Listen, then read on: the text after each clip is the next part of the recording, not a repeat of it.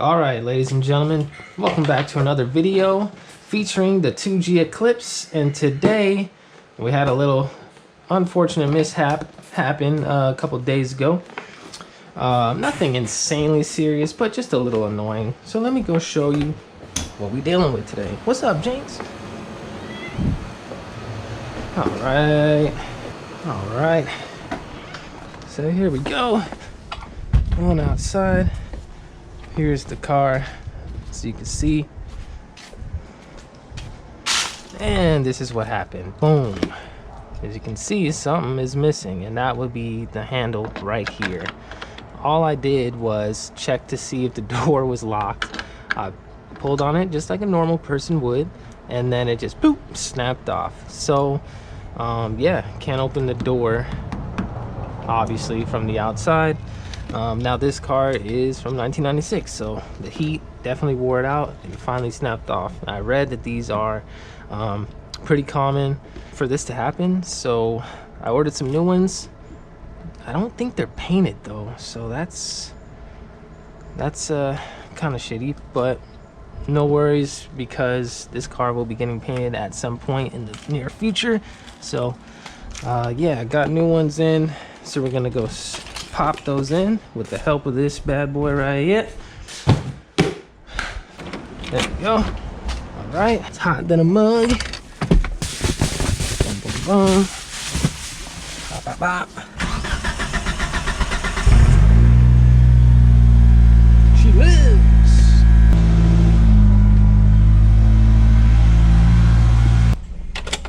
Car's pulled into the garage. Now you might notice a little something right here. You might notice, you know what I'm saying? Got some boxes over here. Got some boxes over here. That only means one thing. That means something's going down. All this is you know, I mean, the 2G Eclipse has been around for so long. I'm not gonna keep nothing secret. You know, ain't nothing new you can do to this platform that ain't already been done. And I'm not doing nothing crazy. So basically what I'm doing, guys, is, well, I already mentioned that I'm gonna be upgrading the turbo. I finally decided I'm gonna go with the Evo 3, the 16G turbo. I'm just gonna do that, you know. So I'm starting to order parts. Now I wanted to stay 2GA, but you know, I wanna be as reliable as I can. And this gap here is not enough for the intercooler to get the air that it needs so that it can cool the air, you know, efficiently. So I want to be as efficient and as safe and as reliable as I can, because I still plan on driving this thing very often. So I'm ordering all the parts that I need. I'm gonna go 2GB. So right there in those two boxes are the headlights. Right here is the CXR or CRX, whatever, can't remember, racing intercooler piping. I'm gonna run a ETS front mount intercooler. So got the headlights, got the piping, and just need to, oh, also I ordered the 2GB bumper already. Obviously it's gonna take a little bit more time to come because it's gonna come painted. And if you guys are wondering where you can get bumpers, I got it from paintapart.com. paintapart.com. And yeah, you can find the OEM bumper and they'll paint it. Boom, I think it's like $300. I'll put the link down in the description, whatever. But yeah, so bumpers ordered, piping's ordered, lights are ordered. Now I just gotta order the turbo and the intercooler.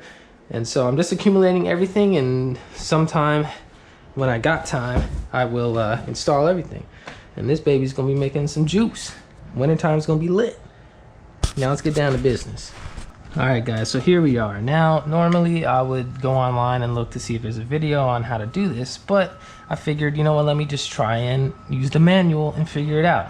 So far, we have to take off this trim here, this door panel, because we're right here and we need to get behind that. So far what I see here is 1, 2, and 2 more bolts on the opposite side, 4 bolts there. And then I know there's a screw under here, in here, and then there's a screw here. Not sure. Well, I'm pretty sure you gotta take this off too. But so we're gonna go ahead and do that. And if there's anything else, definitely I'll update. So let's go ahead.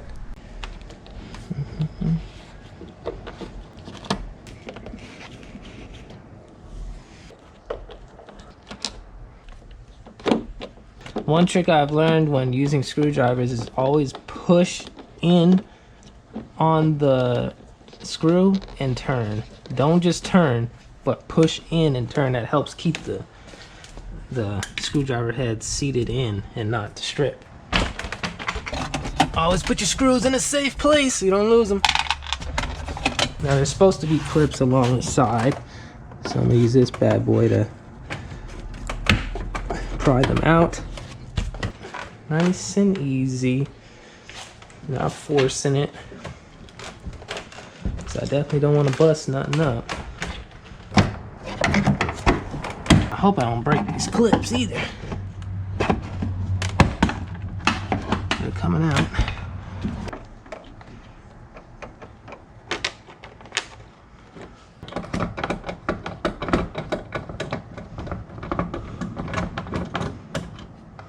Just in case.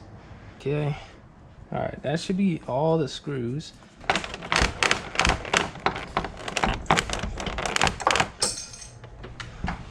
Damn.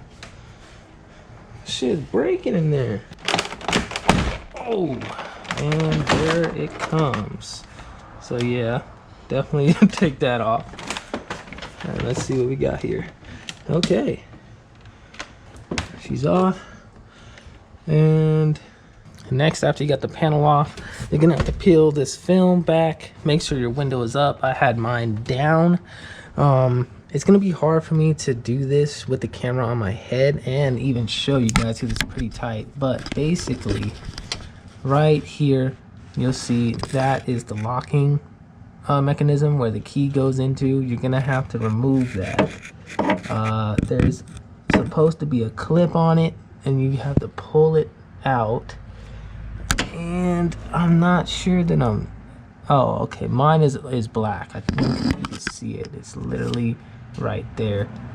We gotta pull that, and the locking mechanism should pull out. You'll also see the 10 mil right there. You're gonna take that 10 mil off. There's also a 10 mil right here on this side. Boom. I'm sorry. Right here. Boom.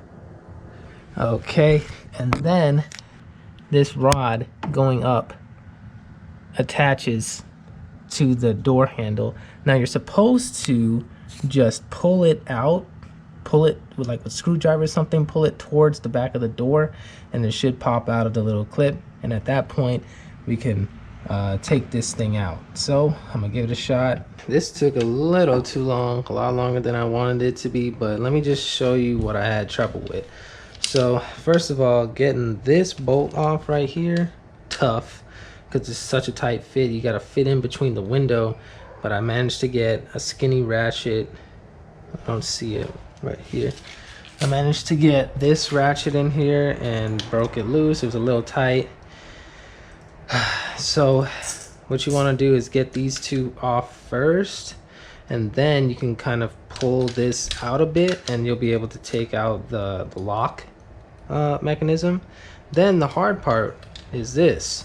Now this goes in through here like so, but the problem was I was trying to push from the inside, but you can kind of like wiggle this out to where this hangs out, and you can expose the rod like this, and that way you can kind of pry open this clip. Now this one kind of snapped a bit, but you pry it open a little bit. See, it's locked like this, and then you just pry it open, and then you can pull it out. Way easier than trying to push it because you just have no leverage at all.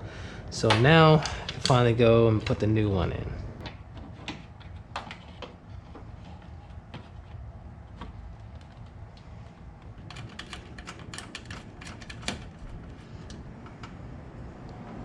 Time out. Okay, before I end this video, I gotta let y'all know two things. So, one, what you might experience after installing the door handle is that when you pull the door handle, the door actually doesn't even open. This happened to me, and I was trying to figure out why. Well, turns out after a little bit of reading and researching, because this car is from 1996, so every problem that has occurred with this car has been written on. Almost, probably. Anyway, it turns out that this section of the rod right here, I'm about to show it to you right now. This section of the rod is bendable, and when trying to uninstall and reinstall it, it is very easy to bend it in a way to where it doesn't allow enough range of motion to actually disengage the door from the door jamb or whatever while pulling the handle.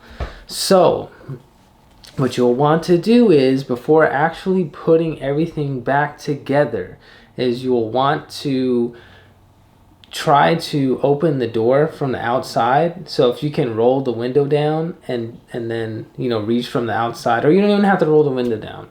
You just need to be able to see that when you pull the lever on the outside of the door, that it actually fully disengages from the door jamb. Like, you can see that it's working, because when I was looking at it, it actually wasn't even moving enough to pull to disengage. So you need to make sure you look for that, because it'll be very frustrating when you put everything back together and then go to open the door and it does not work. That's what I went through. So don't go through that. Also, the second thing, you want to make sure that that key lock, you know how you have to pull the pin out? Well, make sure that pin is put in correctly. It's very tedious and kind of difficult, but take the time to do it, because if you don't, when you go to use the key on the passenger door or whatever door you're replacing the handle on,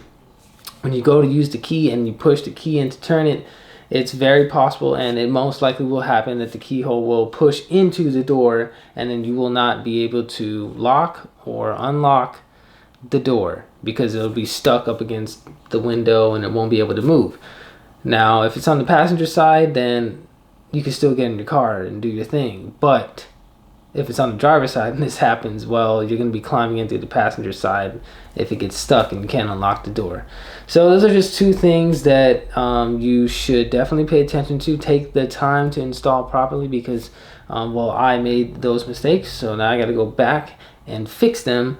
So just wanted to say this for you guys before you actually do the job, or before you actually put everything together. Just make sure everything works, okay? And now I can end the video, because I warned you guys of all the things that could go wrong.